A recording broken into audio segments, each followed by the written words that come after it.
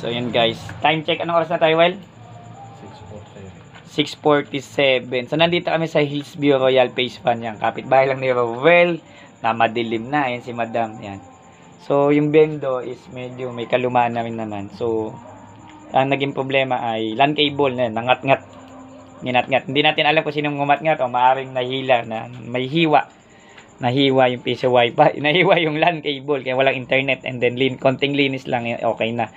So medyo magbabagal lang yung ano. Hindi ko namin sure kung dahil doon sa software. Pero yung license mayroon pa naman siya. So ito yung piso wifi niya. So dito pa rin yung may-ari kasi hindi ako tinanggalan ng license. yun ang maganda. So hindi niyo na ako halos makita sa sobrang itim ko na. Yun. So yun po yung may ilaw na green na yun. Yan piso wifi kulay itim. So ganyan. Pero ito kasi guys yung piso wifi niya is very old na rin. So napakatagal na rin po niya sa sirkulasyon. Ibig sabihin sinaunang bendo na rin po siya. According to client ay pre-pandemic o wala pang pandemic ay may piso wifi na sila.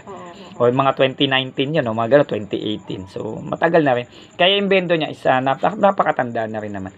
So normal naman na na magkakaroon ng issue yan. Anyway ay yan working na, nagagamit na siya. So maraming salamat po. So bukas po ay Sunday, yan ay family day and lettuce day ko din po yan. So wala muna tayong pansinan pag Sunday. Monday na po yung resume natin. Monday ay Rancho Verde, Dasmariñas na yung dalawang naka-schedule. So I'm not sure kung may mga karugtong pa magpa-final pa po ako ng Sunday night sa mga magpapa-schedule pa ng repairs, deliveries. So yun, so pero may nauna ng dalawa, so yung dadagdag, so final natin, malaman po natin kung sino-sino po sila. So yun po, maraming salamat po sa tiwala sa PC mo gawa mo. Don't forget to subscribe. Salamat po.